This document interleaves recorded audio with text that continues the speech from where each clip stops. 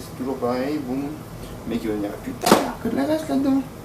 Ouais, mais mine de crayon, mine de rien, ça aide pour beaucoup de choses.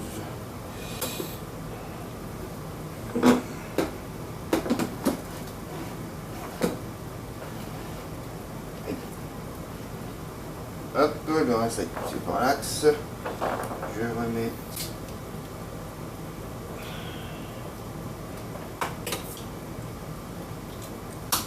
Hop. Hop. Hop. Je remets ma succession. Donc on avait dit le plastique, le roulement avec l'épaulement. Tac, mon plastoche, tac,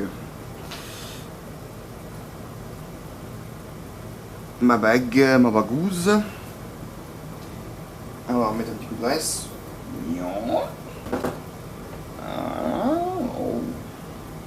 Ça c'est sexuel cette histoire. Enfin bref. Tac.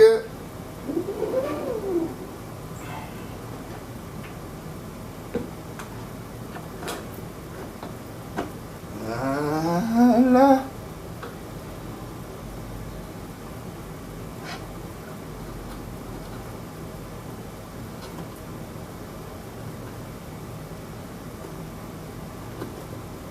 Alors, je ne vais pas trop l'enfoncer parce qu'il faut qu'on ait en sortie de quoi mettre. Voilà. De quoi arrêter notre shaft. Ok. Mais ce qui m'intrigue, c'est que là, du coup, j'ai plus l'espace. Oh, quoique peut-être que si. Hein. J'ai plus l'espace forcément pour mettre mon bazouille. Bon, on va essayer. Tac.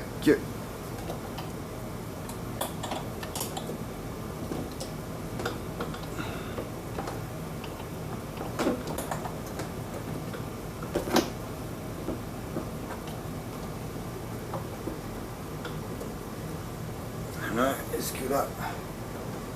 Eh non.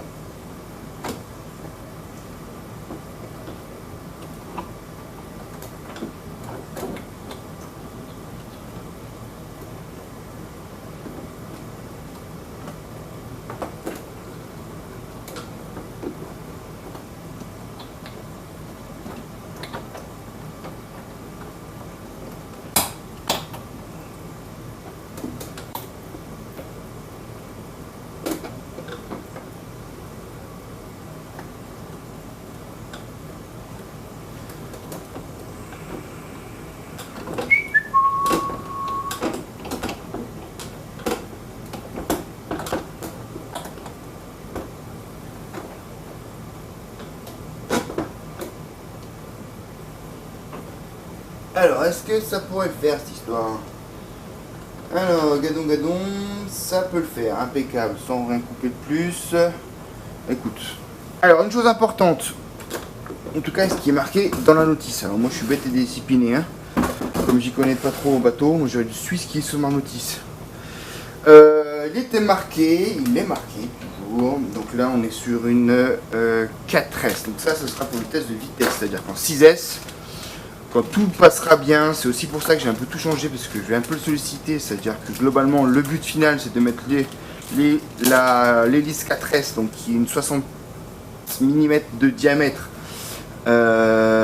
sur en fait une alimentation en 6S, parce qu'évidemment en 6S vous avez une hélice qui est plus petite, hein, qui fait du 56 mm de diamètre, d'accord. Bon, là on va y aller tranquille, ça va être le premier truc, donc on va pas non plus le solliciter à mort. Donc le but aussi, voilà, c'était de monter un peu en puissance le bazar. Et globalement, quand on monte en puissance, là, vous en doutez bien, il y a un peu des risques hein, quand même, globalement. Où c'est que j'ai mis, voilà. Il y a un peu des risques, donc je voulais pas non plus prendre trop de risques. Trop de risques. En termes de roulement, trop solliciter le bazar. Donc ce qui est important quand vous allez serrer votre hélice, c'est de laisser un joint, un espace en fait entre votre rondelle et l'épaulement, c'est-à-dire l'épaulement au laiton ici. Donc vous prenez une rondelle, moi j'ai pris, tout sert, tout se recycle, hein. Enfin j'ai pris, j'ai essayé de la retrouver, hein, bien sûr, bien évidemment. Voilà, où c'est qu'elle est, Oh mon petit Nico, ça fait le con. Là j'avais préparé le pied à coulisses et tout. Bon, on va voir prendre une autre, c'est pas grave. C'est pas grave, c'est pas grave. C'est pas grave, c'est chier, mais c'est pas grave. Alors, où c'est que t'es parti toi? Ma petite rondelle. Donc en gros, tu visses une rondelle à peu près de... Voilà. Ah bah elle est là. Donc moi c'est à l'intérieur de diff Losi. Ma rondelle elle fait... Voilà. Pas du tout. En inch, ouais, on n'est pas arrivé en inch, hein, chef. Voilà, elle fait 0,6, on doit avoir un truc de 0,5 globalement. On va se serrer comme ça. Donc je la place entre ma pièce en laiton et ma pièce en laiton. Et puis on va serrer comme ça pour avoir l'espace nécessaire qui est vital en fait pour absorber un peu les accélérations et puis puis voilà, pour que l'arbre ne soit pas serré comme un sport.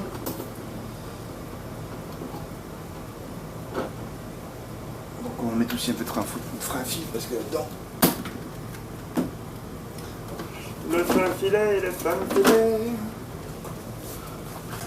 que ça colle un peu quand même. Donc ça, le frein fil, hein. De toute façon, avec le reste que j'ai mis, je suis pas sûr que ça sert à grand chose. Hop. Hop. Alors frein fil, hein, c'est toujours pareil. T'es content de le mettre parce que si tu le mets pas, mécaniquement ça va pas tenir. À force, on va dire. Par contre, quand tu veux dévisser les trucs en général, c'est déjà moins sympa. Donc ça, j'ai la méthode... Oups, j'ai la méthode... Je me débrouille, j'emprunte... Vous savez les trucs là pour faire les crèmes brûlées? Et ben voilà, ça m'évite de racheter un truc à souder à gaz. Donc je prends ce petit chalumeau à crème brûlée. Et ça va très très bien. Donc ensuite, je vais y mettre mon hélice et je vais y serrer mon bolt. Ça, je le ferai à la fin. Comme j'ai calé ici, mon axe ici, il est calé également. Alors là, pareil, frein fil. On va caler en fait sur le méplat. On va déjà le serrer peut-être. On va déjà le serrer. On va le serrer, la sardine. Et qu'est-ce qu'on essaie? Bon, bref. Je peux pas dire comme connerie. On va faire comme ça. Je vais voir à la main. Ah, j'adore quand c'est des endroits comme ça. T'es au top. T'as accessibilité à tout.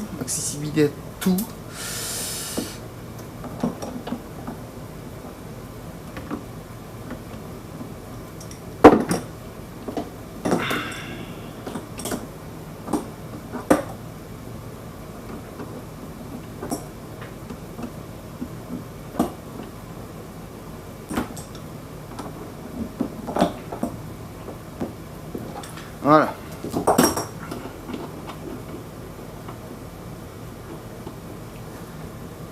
Ok, ça tourne. Donc ici, est-ce que je suis encore sur mon axe? Non, bien joué Nikos.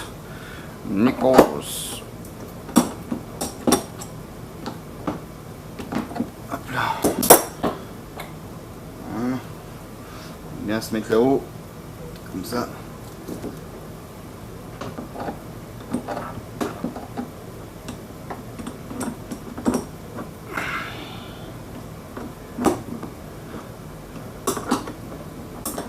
Bon, au pire, si je fais plus de 15 minutes, hein, j'ai coupé des trucs, hein, parce que je dis pas que des choses intéressantes et tout n'est pas super intéressant à voir.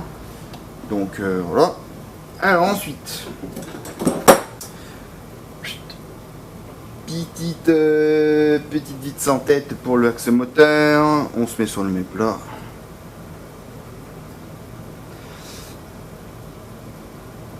Hop.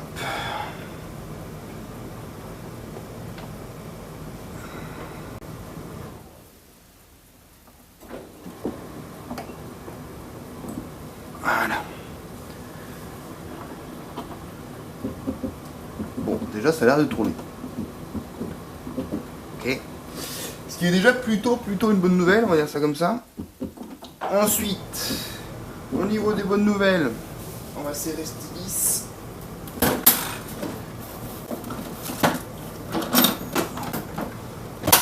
Donc je pense que je crois que c'est du 8, ouais, c'est du 8. Ouais, c'est du 8. Voilà.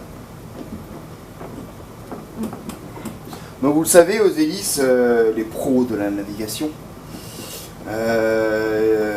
c'est vraiment l'outil le plus, entre guillemets, hein, c'est vraiment l'outil le plus important quasiment du bateau. Parce qu'une hélice avec le moindre bend, vous perdez énormément de rendement. Vous avez beau avoir le meilleur moteur, le meilleur lipo, tout le bordel. Si vous avez le moindre pète sur votre hélice, c'est muerte. Donc il y a des gens qui prennent les hélices là, voilà, qui prennent les hélices comme ça, et qui en fait viennent polir l'ensemble de l'hélice et aiguiser les bords d'attaque et les bords de fuite. Et a priori, tu gagnes vachement, énormément en performance. Bon, ça on verra plus tard, d'accord? Donc voilà, c'était juste pour vous dire qu'il y a des mecs qui sont bien touchés, comme tout le monde, hein, qu'on a des poissons, qu'on a des passions, pas des poissons, les poissons ce sera pour plus tard si on va les chercher dans le lac. Donc voilà, il y a les mecs qui viennent les polir, qui viennent les mettre à des... Voilà, il y a 2-3 pètes là sur le truc qui fait que tu peux perdre en perf, donc il faut faire attention à vos hélices, même sur les métalliques, ça peut s'abîmer et puis vous perdez en performance direct. Bon bah écoute, je crois que ça a l'air pas trop mal. Je sais pas du tout où j'en suis à la vidéo. Je vais essayer de regarder. Je vais mettre un petit coup quand même. Alors ça normalement vous ne devez jamais le faire. Vous devez jamais le faire, c'est-à-dire vous devez jamais allumer votre moteur à vide. Mais c'est juste pour voir si il n'y a rien qui se barre. Donc je branche ma lipo. Alors j'avais déjà installé le GPS dedans pour un peu faire des tests de vitesse. Et bah attends chérie, on a la petite coulette hein.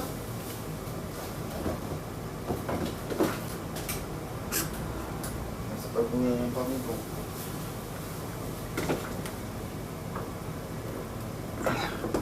Attends. Voilà. On va déjà mettre le bon modèle hein. Ce matin j'en fais des conneries hein. Alors modèle, tac, exception, yes. Voilà. Et voilà. Oui chef, nous sommes entrés. Alors, oh tu pixelistes toi?